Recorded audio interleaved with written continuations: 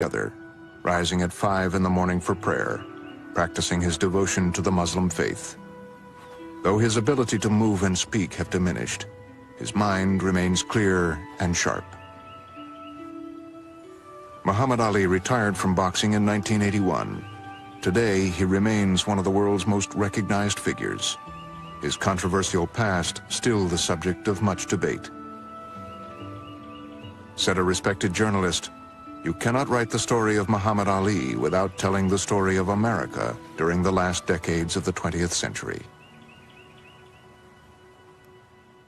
If Sonny Liston whoops me, I'll kiss his feet in the rain. I'm not out of the rain on my knees, tell him he's the greatest, and catch the next jet out of the country. On November 5th, 1963, bedlam erupts when world heavyweight champion Charles Sonny Liston and Cassius Clay meet in Denver to sign contracts for their upcoming title fight. Sonny Liston is 35 years old, an ex-convict with a long rap sheet and alleged ties to the mob. He has lost only once in his 11-year career.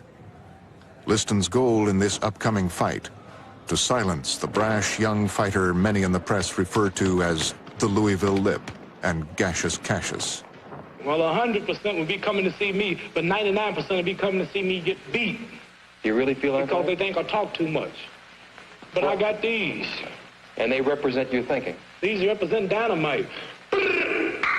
There he is.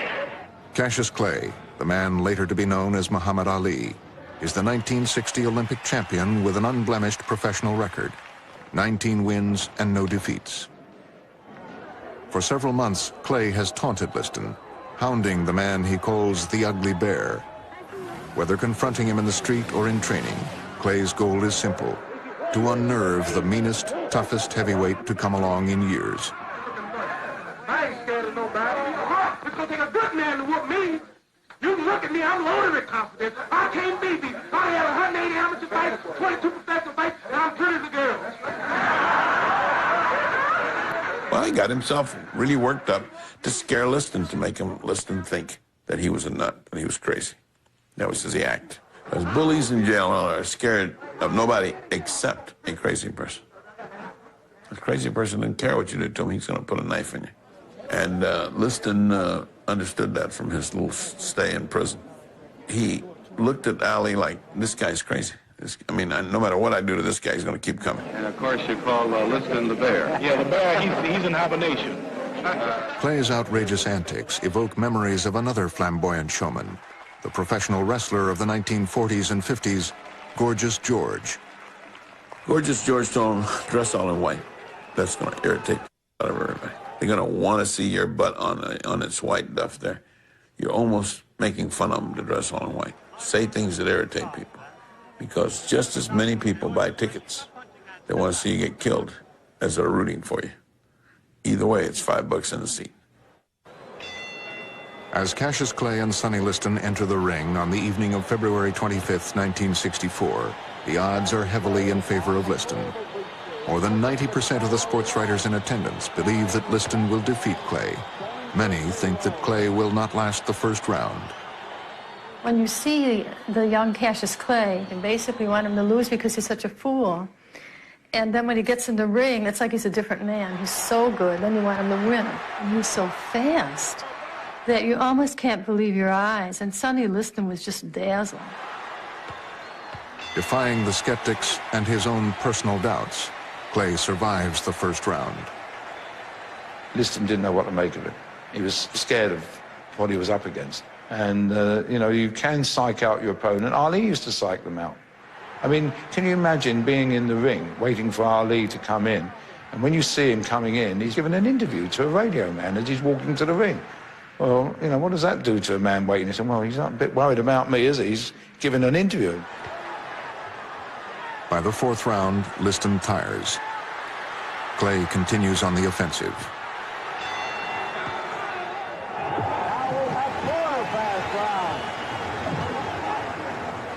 Back in his corner, Clay has trouble with his vision. There is suspicion that Liston's gloves have been illegally doctored with a blinding substance. Clay implores trainer Angelo Dundee to stop the fight. cut the gloves off. I want to prove to the world there's dirty work afoot. I said, sit down. I started washing it. Put my finger in his eye, though. Checked it out. Put it in my eye. It burns. There is concern that the referee may stop the fight. Finally, when the 10-second buzzer sounds, I'm relieved. And I only gave one instruction. I said, run. And that's what he did. He ran for a half a round, tear ducts, cleaned out his vision, and he started slapping the guy around again. Liston is unable to take advantage of Clay's impaired vision. Clay then steps up the attack.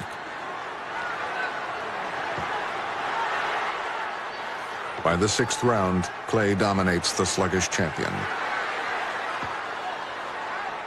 The fighters return to their corners. There is confusion on Liston's side. Sonny Liston refuses to answer the bell for round 7. His corner claims an injured shoulder. The fight is over. Cassius Clay is the new heavyweight champion of the world. I would have slept in a hollow log and drunk muddy water before I would have said he had any type of chance in that fight. And I thought Sonny Liston would be heavyweight champion at least for 1 more millennium, maybe 2. I saw no way that Ali could win that fight. I hurt him so bad he had to go to the hospital, and I'm still pretty. What you gonna say about that, huh? You're the greatest. Who's the greatest? The next day, Cassius Clay announces what has been rumored to be true for months. Cassius is not my name no more. Officially Muhammad Ali now. Muhammad Ali, right. Muhammad Ali. That's my name. Muhammad Ali has embraced the teachings of the Muslim faith and the Nation of Islam. For more than a year, he does not fight. Rather, he preaches the word of the Nation of Islam across the cities of America, promoting racial separation and pacifism. Angel food cake is the white cake, but the devil food cake is the chocolate cake. Hatred is not a word that Ali knows. The only time in his life he ever used the words when he first got in with the Muslims, and they were a hate group. And he was uncomfortable with it, and he was never the same, and he wasn't a good person. Right after the Liston fight, he turned into someone we hadn't seen before, someone we didn't like. We look at all the angels. We see white with blonde hair and blue eyes. Now, I'm sure if there's a heaven in the sky and the colored folks die and go to heaven, where are the colored angels? They must be in the kitchen preparing the milk and honey. Well, remember one thing about Muhammad Ali. He was 23, 24 years old. He was a kid. So if he didn't express himself with the consistency of Thomas Jefferson at times, so what? He was not leading the civil rights movement in Selma and Birmingham. He was a kid.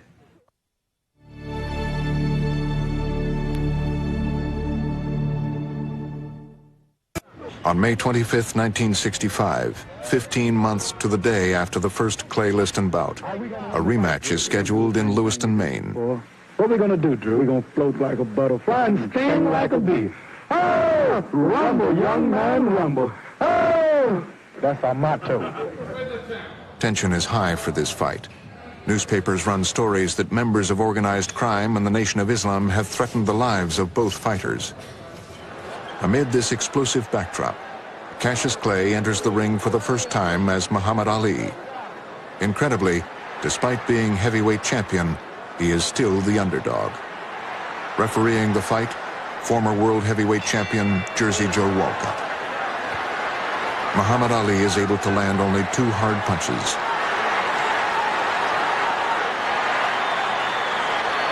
Ali throws a straight right. Liston goes down. Ali stands and yells at his fallen opponent. Referee Walcott tries to move him away from Liston. He is concerned that Ali may hit Liston as he gets up. Under the rules of boxing, Walcott cannot start counting over Liston until Ali goes to the neutral corner. Ali should have been disqualified. Get to the neutral corner, get disqualified. In 17 seconds, he was on the floor. He got up and they started fighting. And so a guy from the audience comes in and stops it. Nat Fleischer, the dean of boxing reporters, yells to Walcott that the fight should be stopped since Liston was down for more than 10 seconds.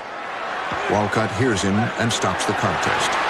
In 2 minutes and 12 seconds, Muhammad Ali has retained the heavyweight crown. Shouts of fits are heard. Questions are raised as to how one of the toughest fighters in history could be knocked out with one punch. The phantom punch, as some have called it. That's baloney. The guy didn't see the punch. The guy had his face facing the canvas. He never knew the shot was coming. He hit him on the temple and knew he was disoriented there. He got hit hard. I hit him with a punch that Jack Johnson used called the anchor punch. Muhammad Ali would successfully defend his title 8 more times between 1965 and 1967. But he is drawn ever deeper into another world, the political and social tumult sweeping over America in the 60s. His pro-black pronouncements scare and confuse many white Americans. His opposition to the war angers many more, as America's participation in the Vietnam conflict escalates. 1966 would see more than 150,000 American troops fighting in Vietnam, with tens of thousands more on their way. Muhammad Ali, who had failed the military intelligence test twice in 1964, is not eligible for the draft. I don't expect Einstein to be the heavyweight champion, and I don't expect Muhammad Ali to be Einstein. He is a genius of a different kind. There are physical geniuses. There are geniuses of character.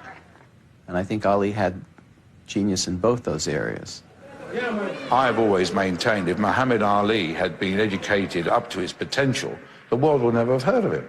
He would have been a doctor or an accountant, or he may even been a politician, who knows? But he wouldn't have been a boxer. In 1966, the Selective Service lowers the test scores needed to be drafted.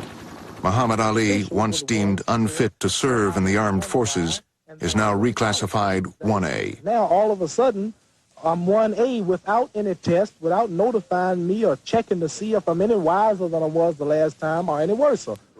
Ali's lawyers immediately request a military deferment based on the religious grounds that Muhammad Ali is a Muslim minister. Their request is rejected.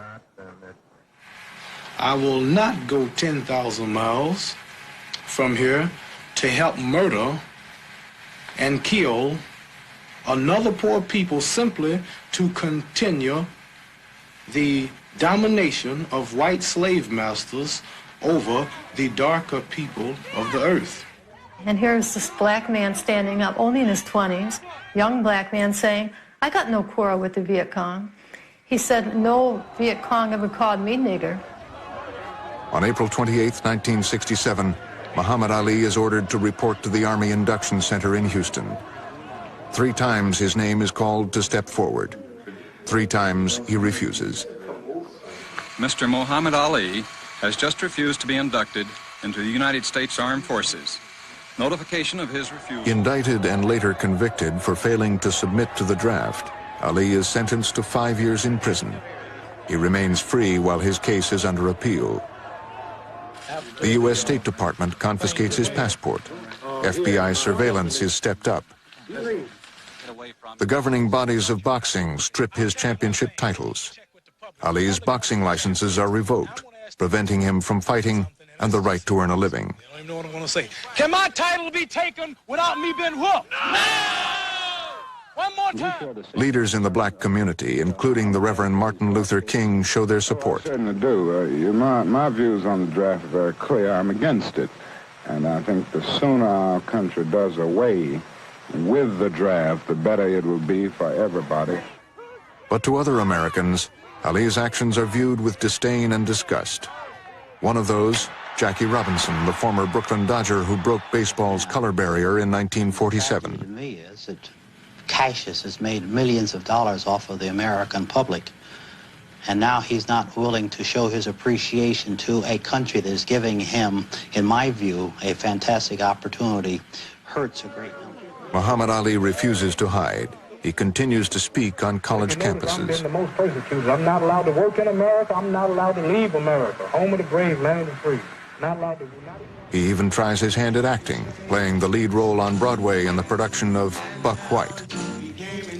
Ali scraped by, made speeches and got fees. It was a very, very tough period in his life, and Ali had to resort to a lot of devices to keep bread on his table for his, growing family. While his lawyers seek to overturn his conviction, the state of Georgia grants Ali a license to fight. On October 26, 1970, Ali steps into the ring for the first time in 3.5 years and scores a technical knockout over Jerry Quarry in 3 rounds. The threat of a long jail sentence still looms ominously, but Ali's exile from boxing, which began in 1967, has ended.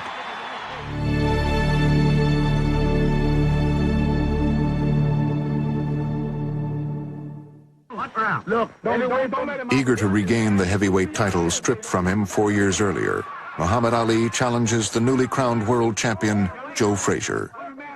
Many still call their struggle on March 18, 1971, the fight of the century.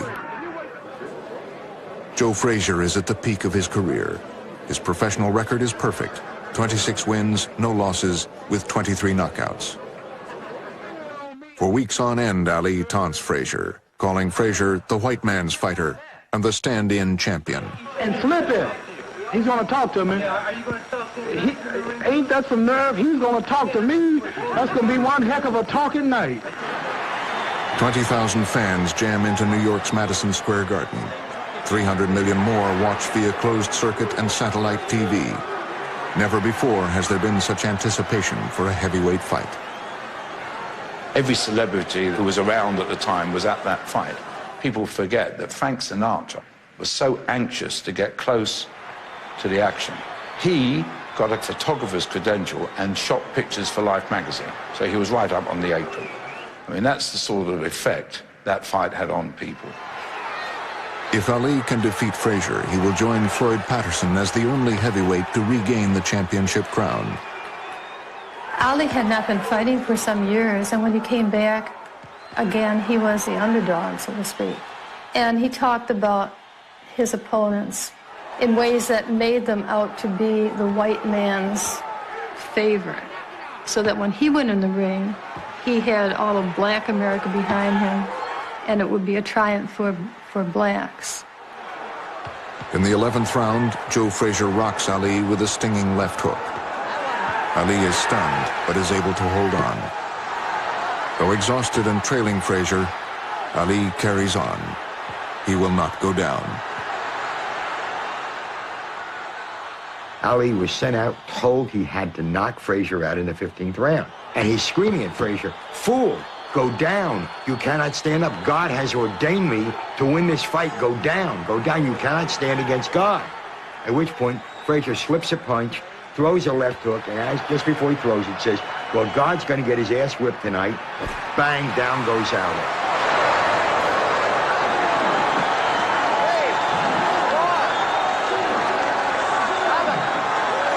He takes the mandatory 8 count. The only knockdown of the fight. The fight ends.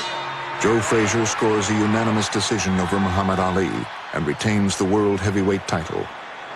Afterward, both fighters are hospitalized. Joe Frazier would be in and out of the hospital for the next 2 weeks. While Muhammad Ali loses the decision in the ring, he wins his battle against the U.S. government 3 months later. On June 28, 1971, the U.S. Supreme Court unanimously overturns Ali's conviction when it is learned that the FBI illegally tapped his telephone. Muhammad Ali is finally vindicated. And the reason I didn't go to jail out of Vietnam was the FBI, CIA followed me. They eavesdropped and Watergate and heard me on phone calls and sent girls on me and set traps up for me. They found that I was serious. America opened their doors and their arms to this guy and said, "You're right, we shouldn't be in Vietnam. You're absolutely right. You're willing to give up being the champion of the world and go to jail? That's sure that you're right." I mean, who would do that? Who would give up millions of dollars, fame, and everything you work for a political belief? Few people. Muhammad Ali would fight 13 more times from 1971 through 1973. His record over that period, 12-1. His only loss, when Ken Norton breaks his jaw and earns a split decision. 1974 would see Muhammad Ali avenge his defeat to Joe Frazier, winning a 12-round unanimous decision at Madison Square Garden. But by this time, Frazier is no longer champion. George Foreman now holds claim to the world title. It would be in the African nation of Zaire that Muhammad Ali predicts he'll win back the heavyweight crown by knocking out George Foreman, the meanest, hardest-throwing heavyweight since Sonny Liston. When George Foreman meets me, he'll pay his debt. I can drown a drink of water and kill a dead tree. Wait till you see Muhammad Ali. Bolstered by Zairean President Mobutu's pledge of a $10 million purse, the first heavyweight title fight ever to be held on African soil is scheduled. What was Zaire like? Everything you could possibly think that could go wrong, went wrong with the fight, including running out of money. It took a stadium that wasn't a stadium. You couldn't buy tickets for it because they had no chairs, no aisles, no rows. How do you seat people in a thing like that? So a lot of people died there. A lot of people died. About 13 that I can remember counting up were shot by Mobutu for not doing their job right.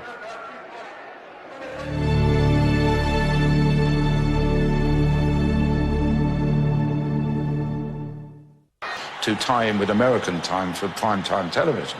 But it started at 4 a.m. Can you imagine? Do it. You know what I mean? Like, hey, let's get out of here. It's going to rain.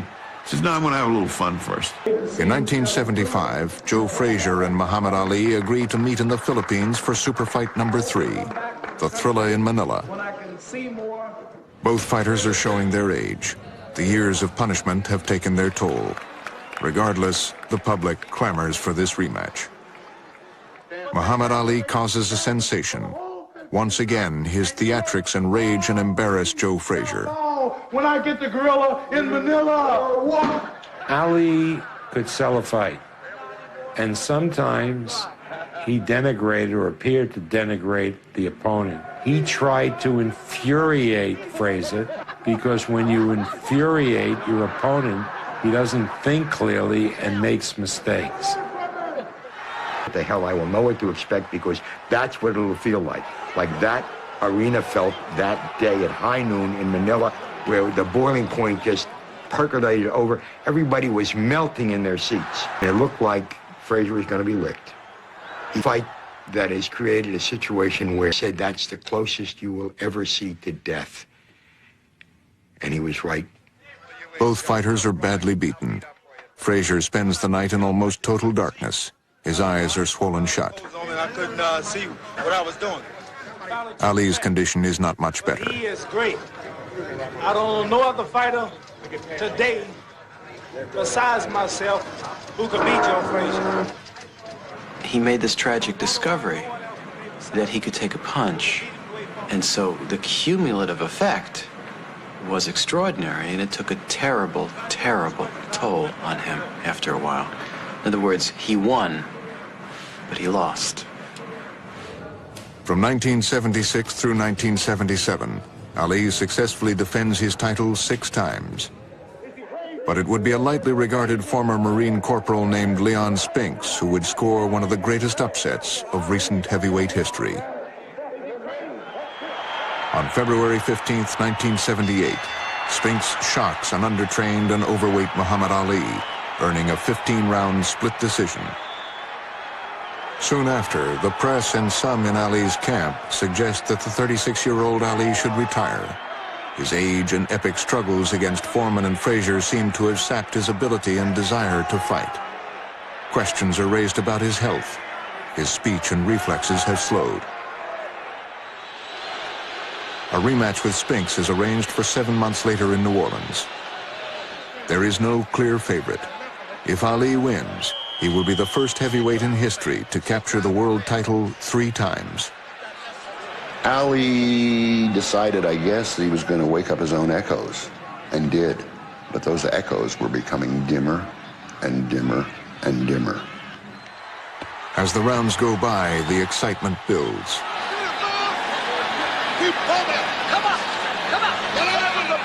Though the fight remains a sluggish affair, many in the crowd sense that history could be made this night. The final bell sounds. The fight is over. Muhammad Ali wins a 15-round unanimous decision, and with it becomes the only heavyweight to regain the title 3 times. It would be the last time Muhammad Ali would stand victorious in the ring. He retires from boxing soon afterward, only to make an ill-fated comeback, suffering 2 humiliating defeats. What was sad was the Larry Holmes fight. And there was no way he was going to win. And even Holmes, who had trained under him, who had adored him, didn't want to hit him. He'd keep looking around at the referee. Finally, in 1981, Muhammad Ali retires once and for all at the age of 39, and one of the most glorious eras in boxing comes to an end. The ensuing years were difficult for Muhammad Ali. His generosity and bad business decisions had cost him millions of dollars. His motor skills and speech continued to deteriorate, the diagnosis of Parkinson's syndrome confirming what many had feared. Through it all, Muhammad Ali carried on, quieter and slower than before, but with dignity and compassion.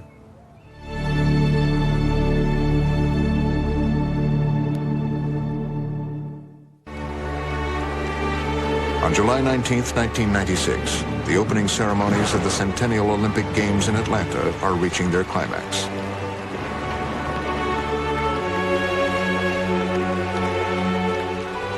American swimmer Janet Evans climbs the ramp leading to the Olympic cauldron. I witnessed, and when Ali was suddenly standing there with that torch, He is showing people that have Parkinson's and Alzheimer's and other diseases, you don't give up. You keep right on going. He loves people, and he wants them to love him. I call it Ali World.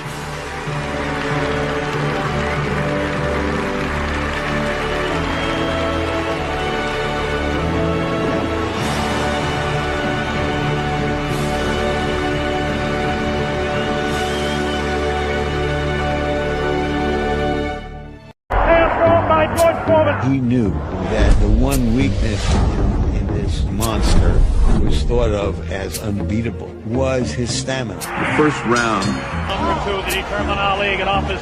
Fought just like the initial bump, just lay on the rope and take it with him.